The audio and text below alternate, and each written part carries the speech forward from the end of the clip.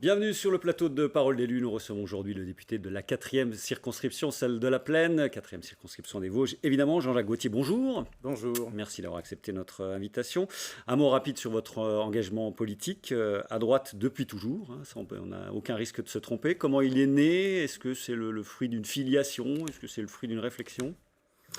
Il y a effectivement des sentiments et des convictions personnelles. J'ai l'habitude de dire que j'ai pas spécialement de certitude, mais j'ai des convictions. Et depuis le début, j'ai eu des convictions de droite, avec effectivement des affinités locales, avec des personnalités de droite, des affinités aussi au niveau national. J'ai été élu pour la première fois, Jacques Chirac étant président de la République, ensuite avec Nicolas Sarkozy. Ouais, vous aviez moins de 35 ans, je crois. Vous étiez un des plus jeunes députés. Dans les 30 plus jeunes députés, 38 ans exactement. Un mot aujourd'hui sur votre casquette de président des Républicains Vosges. La ligne du parti n'est pas toujours à suivre, pas toujours facile à suivre. Elle vous va en tous les cas, les premiers pas, les premiers mois d'Éric Ciotti? Oui, sachant qu'il y a eu des départs au niveau local et au niveau national, même s'il n'y a pas eu peut-être l'effet aussi important qu'espéré par certains. J'ai vu quelques départs d'ailleurs le premier jour. Ce qui me semble, bon, il faut accepter quand même, à partir du moment où on participe à un scrutin, il faut accepter les règles du scrutin et l'issue du scrutin. Partir le premier jour en fonction des résultats, bon, j'étais pas tout à fait sur cette ligne-là. Je remarque qu'il y a eu aussi des arrivées, des gens qui ont pris, il y a de nouveaux adhérents, y compris parmi les jeunes. Donc voilà, le bilan est plutôt positif en termes d'adhérents. Est-ce que la famille se recompose? Parce qu'on sait qu'il y a beaucoup de courants, qu'il y a la droite sociale, la droite un peu plus dure, comme on la qualifie parfois. Est-ce qu'aujourd'hui, vous estimez qu'il y a une sorte d'homogénéité, en tous les cas, une ligne qui s'adresse à tout le monde?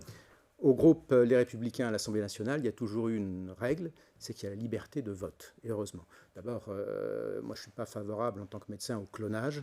On n'est pas tous alignés comme des Playmobil. Donc je pense que le débat, il est utile, il est nécessaire. Après, le débat, oui, la chienlit, non. Il ne faut pas que ce soit l'anarchie. Il faut qu'il y ait quand même une certaine discipline du groupe en fonction de la sensibilité majoritaire. Je pense que vaille que vaille, on y arrive. Ça a été le cas notamment sur les derniers scrutins, la semaine dernière, sur la loi de programmation militaire.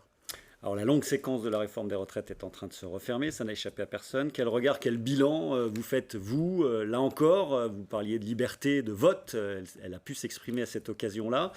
Qu'est-ce que vous tirez comme conclusion de ces longs mois de bataille âpre à l'Assemblée et ailleurs? Dire que c'est une loi imparfaite, c'est un euphémisme. Une loi imparfaite sur la forme comme sur le fond. Sur la forme, il y a eu un déficit de dialogue social. Il y a eu des procédures parlementaires, certes légales, constitutionnelles, mais qui ont laissé quand même un sentiment de débat inachevé, que ce soit sur les votes bloqués, sur le 49-3. Voilà, donc beaucoup à dire sur la forme. Sur le fond, on pourrait dire aussi, notamment, on aurait pu aller plus loin sur la politique familiale, sur la pénibilité. Donc une loi imparfaite. Mais je crois que le pire... Est-ce que vous l'auriez voté? C'est la question beaucoup. Ah, j'ai déjà répondu, oui.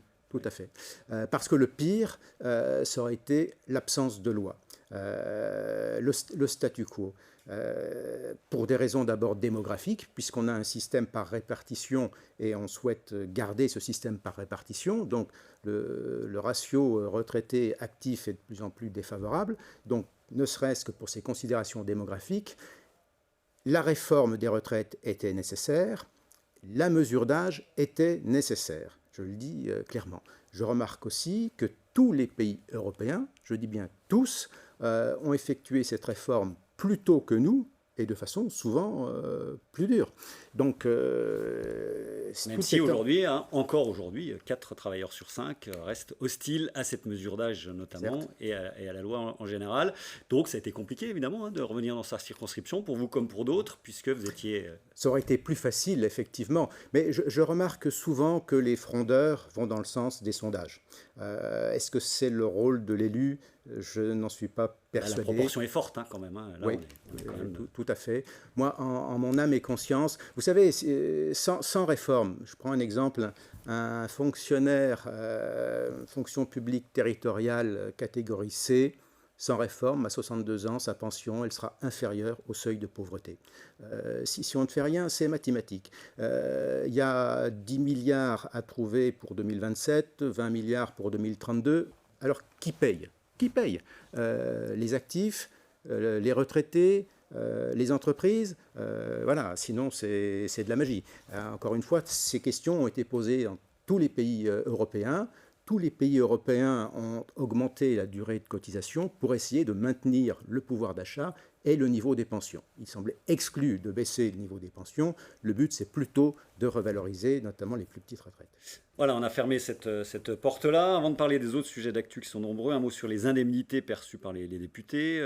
On va voir ça en tableau. On l'évoque chaque semaine ici. Le statut de l'élu est-il suffisamment protégé par ces montants et est-ce qu'il équivaut à la force de travail dont il faut faire preuve? Vaste question. Vous avez 30 secondes, Jean-Jacques Gaultier. Est-ce qu'il faut aller au-delà? Est-ce que c'est une bonne moyenne finalement?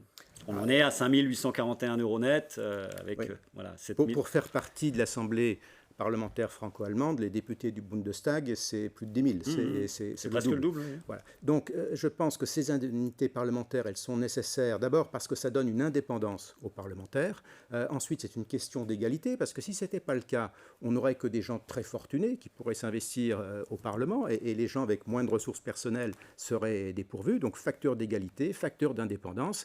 Puis, je pense qu'il ne serait pas bon qu'à l'Assemblée, on ait uniquement des retraités.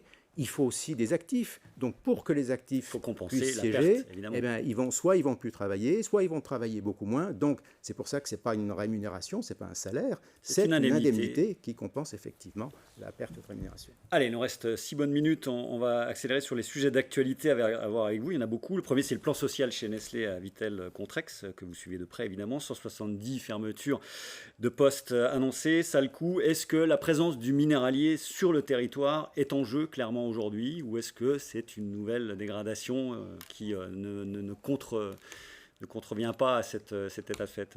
Alors c'est un coup dur, et même très dur. Je remarque simplement qu'il était prévisible, parce qu'on avait des baisses de production, des baisses de volume. La fin du marché allemand. La fin du marché allemand, c'est 200 millions de bouteilles en moins. Pas loin de 20% de la production. Vous attendiez à cette ampleur-là quand même, 170, c'est beaucoup, hein? C'était prévisible. La perte du marché allemand, les problèmes de prélèvement sur le GTI, la question des parts, la question du plastique aussi. Bon, tout ça mis bout à bout, ces mesures étaient prévisibles, elles n'en sont pas moins brutales. Très brutale, avec des conséquences humaines, des conséquences sociales, des conséquences économiques. Surtout que les départs volontaires sont beaucoup plus compliqués aujourd'hui. On sait que les plans précédents ont fait partir ceux qui voulaient partir ou pouvaient partir. Hein. Moi, je vois la pyramide des âges est plus compliquée aujourd'hui. Oui. Trois priorités. Un accompagnement social, pour trouver d'ailleurs l'objectif d'un accord avec les organisations syndicales et les partenaires sociaux. Un accompagnement économique, en fonction des conséquences territoriales très lourdes.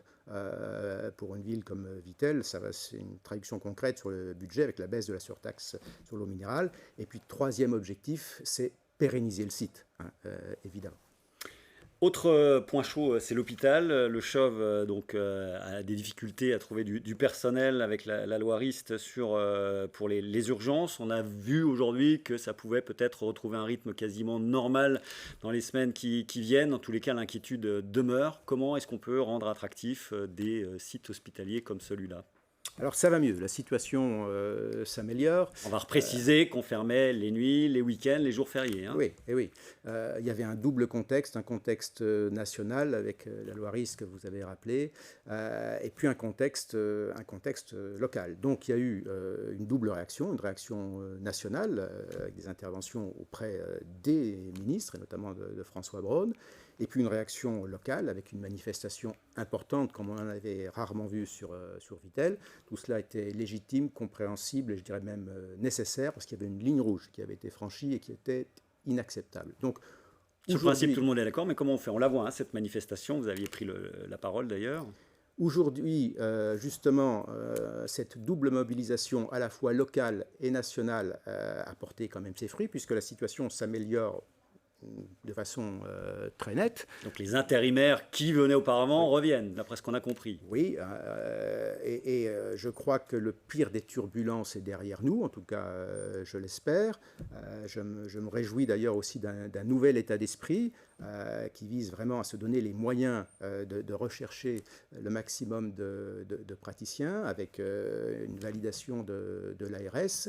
Et encore une fois, je reste raisonnablement optimiste pour la suite. Est-ce que vous faites partie des 200 députés qui réclament aujourd'hui qu'il y ait une sorte de contrainte pour que les médecins s'installent dans les zones en déficit? Vous avez entendu ça, le gouvernement y est hostile, mais 200 députés demandent aujourd'hui à ce que les zones où il manque des médecins soient privilégiées pour les jeunes titulaires, les jeunes qui sortent d'études.